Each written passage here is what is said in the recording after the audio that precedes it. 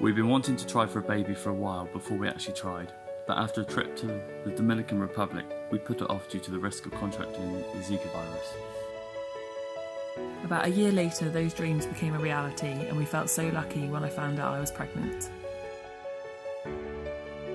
It was at our 12-week scan that we were told we were expecting identical MCDA twins. MCDA identical twins have one placenta and two amniotic sacs. Although all twin pregnancies are high risk, this type of pregnancy also carried the risk of twin-to-twin transfusion syndrome. From then on, the dreams of a baby shower diminished, as I didn't want to celebrate something that might not happen, and most days I'd end up crying at the thought of losing one or both of our twins. Luckily, things stayed stable until 29 weeks, but on the 9th of February that all changed again. We'd seen enough scans and Dopplers to know when something didn't look right, and this was one of those times. After some discussion and one steroid shot later, the doctors decided that I needed to deliver the babies that day. The urgency of the situation was getting a bit more real now, as the anaesthetist was putting cannula in one hand, while a lady was starting to undress me while shoving my feet into stockings, a job I was sure I could manage myself. Once in the operating room, we counted 17 people. We named them Percy and Henry. Henry was £2.11 and Percy was £2.4. Percy didn't cry, which worried me. He was whisked off by the neonatal team. I saw a glimpse of an incubator go by, but that was it. Henry cried, so from that I knew he was alive. He was also whisked off in an incubator, but they did stop by my face, so I saw a glimpse of a nose, but that was it.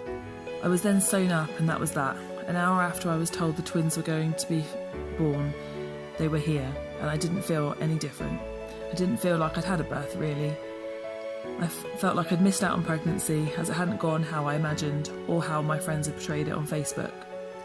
And on the day the boys were born, we weren't aware of any problems with their health, other than that they were premature, so were small and needed to grow. Perhaps naively we thought now the boys were here everything would be okay, and it was just a case of waiting for them to get bigger and stronger. on day one, reality hit and we learned that that was not the case. Henry had suffered kidney failure and there was a risk that he might not survive and he needed to be transferred to another hospital.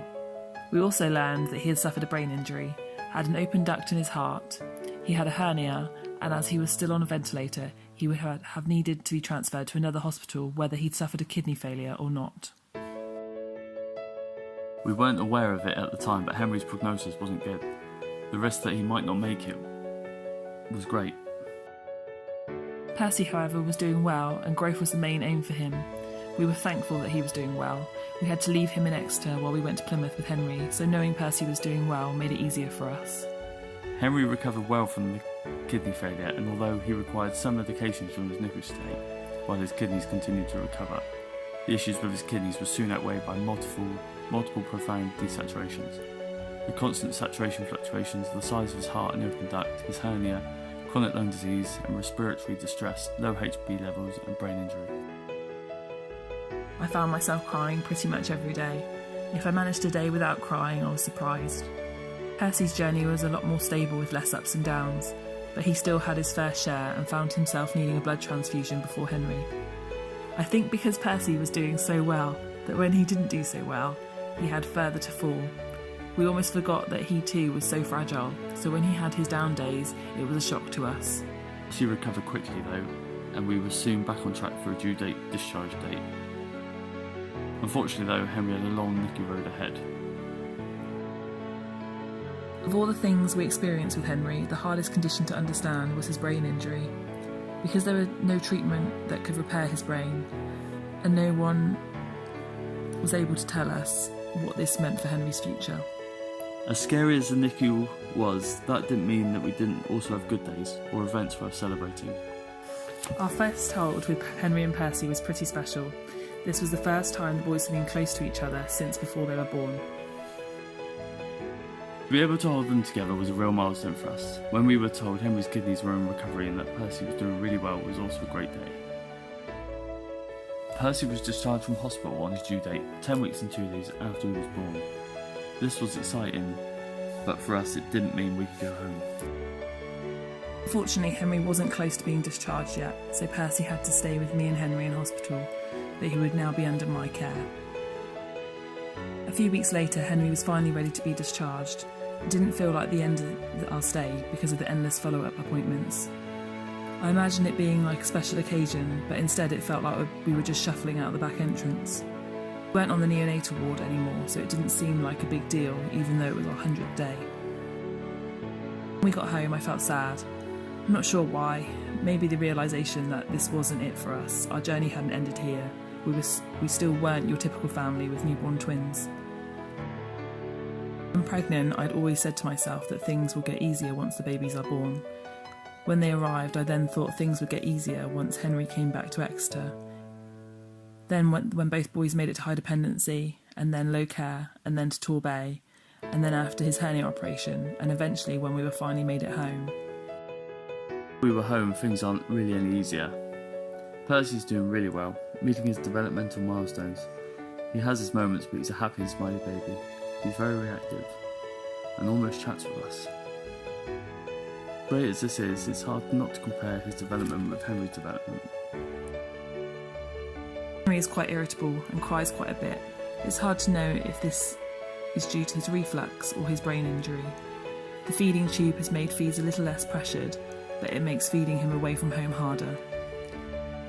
For all that though, he does have his quiet, calm moments where he makes sounds and gives us the occasional smile. It then makes everything feel worthwhile.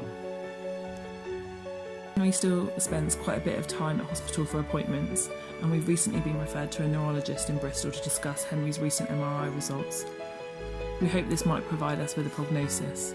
Until now, we've been told we need to wait and see how he develops. The waiting has been the hardest part for us. Until we have a diagnosis, we won't know what the future holds for us as a family.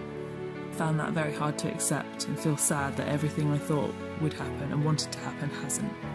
Until recently, we very rarely left the house unless it was for a hospital appointment for risk of the boys catching bugs and fear of Henry getting upset and me not being able to settle him. We're now attending a swimming lesson once a week and a couple of baby classes, trying to match the number of hospital appointments with fun things. I still feel very anxious before each class, but Henry has surprised me every time, taking it all in. Hopefully as time goes on, life will become easier and we will achieve a bit more certainty with the future. Percy will be a big help for his brother, and we are trying to do all we can now and will continue to do so to aid his development. He continues to amaze us. He seems well ahead of his corrected age of 6 months. He acts like a toddler with his cheeky character.